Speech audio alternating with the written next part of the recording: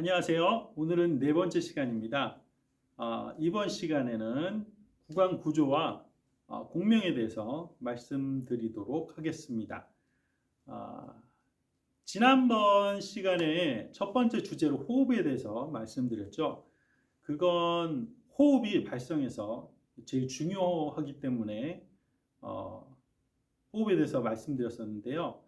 오늘 이번 시간에 이제 두 번째 주제로 구강 구조와 공명에 대해서 말씀드린다는 것은 호흡만큼은 아니지만 그 다음으로 굉장히 중요하다는 거겠죠.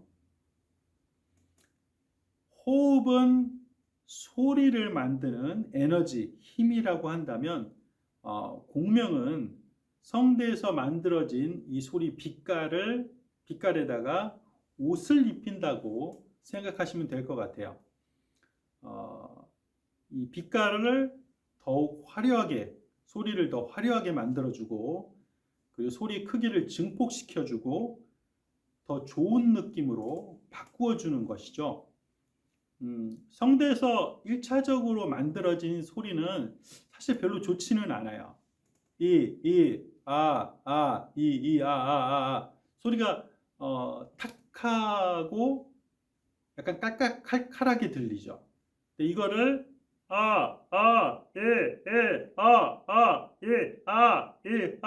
울림을 만들어주면 소리가 조금 더 좋은 느낌으로 바뀌게 되죠. 소리가 많이 다르죠. 그래서 특히 노래를 할 때 1차적으로 성대에서 만들어진 소리에 꼭 공명이라는 옷을 입혀줄 필요가 있어요.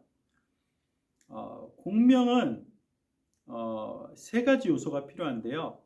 당연히 1차적으로는 소리가 있어야겠죠. 그리고 이제 두 번째로 이게 굉장히 중요한데요.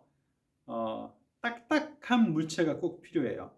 이렇게 말랑말랑한 물체는 소리를 만났을 때 울림을 만들어주는 것이 아니라 흡수를 하게 되죠. 이렇게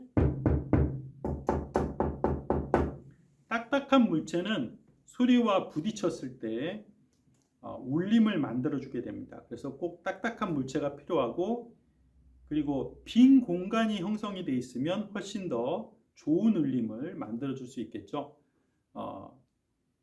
그러면 얼굴에서 딱딱한 물체가 무엇이 있을까요? 바로 뼈겠죠. 뼈.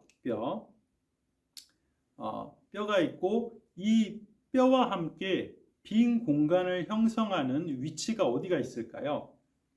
얼굴에서 입이 있고, 그 다음 코가 있고, 그 다음 이 광대뼈 뒤에도 공간이 있고요. 그 다음 미간도 작은 공간이 있어요. 그래서 이런 위치들이 공명을 만들어내는 그 위치들인데요. 여기에서 제일 공명을 잘 시켜주는, 공명이 잘 되는 위치는 바로 코입니다. 코는 뼈가 이렇게 약간 삼각형 모양으로 되어 있고, 그 안에 빈 공간이 꽤 큰 공간이기 때문에 공명을 시키기에 굉장히 좋은 형태를 가지고 있어요. 그래서 공명을 시키기 위해서는 성대에서 만들어진 소리가 꼭 코에 뼈가 있는 이 위치까지 갈 수 있어야 좋은 공명을 만들 수 있다고 생각하면 될 것 같습니다.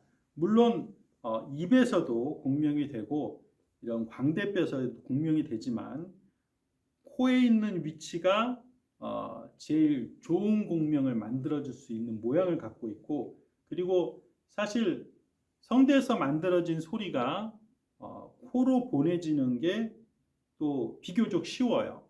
그래서 비강 공명을 굉장히 중요하게 생각하면 될 것 같아요.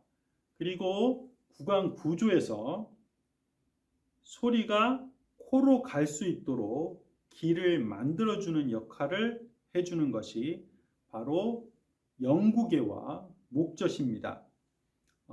공명에 있어서 특히 이제 비강 공명을 만들어줄 때 이 영국어와 목젖이 굉장히 중요한 역할을 합니다. 그래서 목젖, 영국어와 목젖을 좀 더 이 머리에 담아두실 필요가 있는데요. 혀로 입 천장을 이렇게 하고 이렇게 쓸어 보시면 처음에 윗니빨이 있고 그 다음에 뒤쪽으로 훑어 보시면 위에 딱딱한 곳이 있죠. 그곳을 경구개라고 합니다. 그리고 이 경구개 뒤에 말랑말랑한 곳이 있는데 이것을 영구개라고 하고 영구개 끝에 목젖이 붙어 있어요. 평상시에는 이 영구개와 목젖이 이렇게 내려와 있는데요.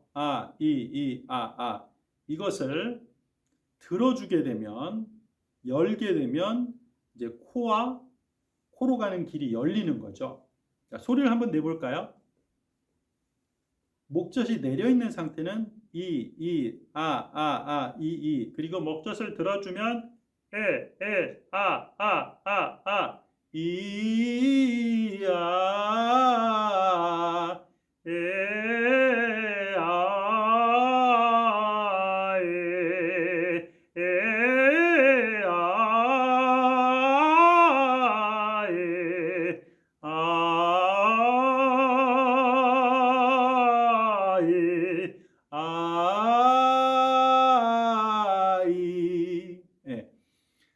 목젖을 내렸을 때와 목젖이 떨어져 있는 상태와 목젖이 들려 있는 상태 소리의 차이가 많이 나죠. 목젖을 들어주면 코로 가는 길이 열리게 되고 그리고 이 비강을 울릴 수 있게 되는 거죠. 그래서 공명을 만들어 줄 때 1차적으로는 이 구강 공명을 만들어주고 이때 이제 경국의 울림을 많이 써요. 비강 공명하고는 이제 약간 다른데요. 아까 말씀드린 이 목적과 영국의 앞에 있는 경국에 이것도 딱딱한 뼈로 되어 있기 때문에 이것도 울림이 형성되는 거죠. 그래서 구강 울림에서는 경국의 울림이 많이 사용이 돼요. 그래서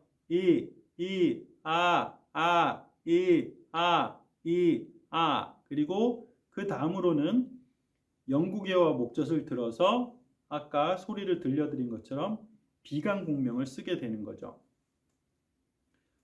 저 같은 경우에는 물론 저음, 중음, 고음 다 이 구강 공명과 비강 공명을 쓰지만 저 같은 경우에는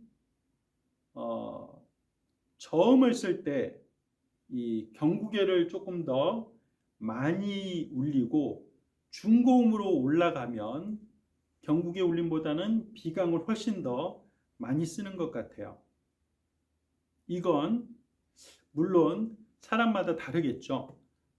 그리고 공명을 잘 쓰시는 분은 이 비강과 구강 공명뿐만이 아니라 아까 말씀드린 이 상악동, 이 광대뼈도 그렇고 이제 얼굴을 전체적으로 잘 울려주시는 분도 있겠죠. 정리해 보면 공명에서는 비강 공명이 제일 중요하고 비강 공명을 만들어주기 위해선 영구개와 목젖을 꼭 들어주어야 하는데요. 이것도 연습이 필요하겠죠. 하품을 하게 되면 보통은 목젖과 영구개가 들립니다. 이렇게.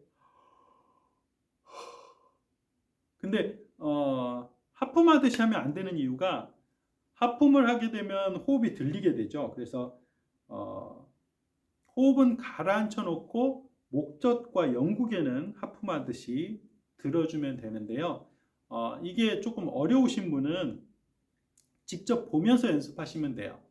자, 직접 보는 방법은 거울 앞에서 입을 들여다봐도 보이지만 조금 더 쉽게 하시려면 손거울을 하나 준비하셔서 혀에다가 손거울을 넣고 입 안에 혀에다 대고 거울을 보시면서 각도를 잘 조정하면 목젖을 볼 수 있어요. 입을 크게 안 벌려도. 그래서 거울을 준비하셔서 목젖과 영구기를 보면서 들었다 내렸다 하는 연습을 하시면 조금 더 편하게 연습을 하실 수 있어요. 그래서 처음에는 그냥 들었다가 내렸다가 들었다가 내렸다가 그렇게 연습하시고, 그리고 이제 잘 된다 싶으면 그 다음에 이제 소리를 내보는 거죠. 이렇게 소리를 내보시고, 이것도 잘 되면 그 다음에 이제 발성을 하면서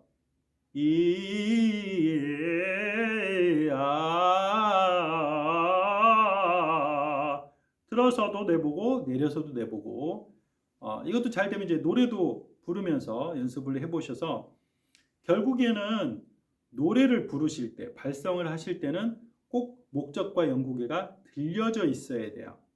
그리고 당연히 목젖과 영구개만 들리면 안 되고 연계를 시켜서 목젖과 영구개가 들린 상태에서 이 비강이 코가 울리는지 잘 느끼시면서 들린 상태에서 공명을 시키는 연습을 꼭 이어서 해주시면 되겠습니다. 오늘 구강구조와 공명에 대해서 말씀드렸는데요. 사실 이 구강구조와 공명에 밀접한 관계가 있는 게 음정이에요. 공명의 위치에 따라서 음정의 미세함이 바뀌고, 그리고 반대로 음정의 높낮이에 따라서 울리는 공명이 되는 위치도 많이 바뀌어요. 아까도 제가 말씀드렸었죠. 저음은 좀 경구개를 많이 울리고 중고음으로 올라가면 비강을 좀 더 많이 울린다고 저 같은 경우를 말씀을 드렸었는데요. 이 공명과 음정이 좀 밀접한 관계가 있어요.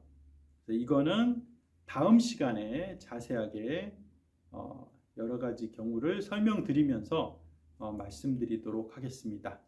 네, 오늘은 여기까지 말씀드리도록 하겠습니다. 네, 감사합니다.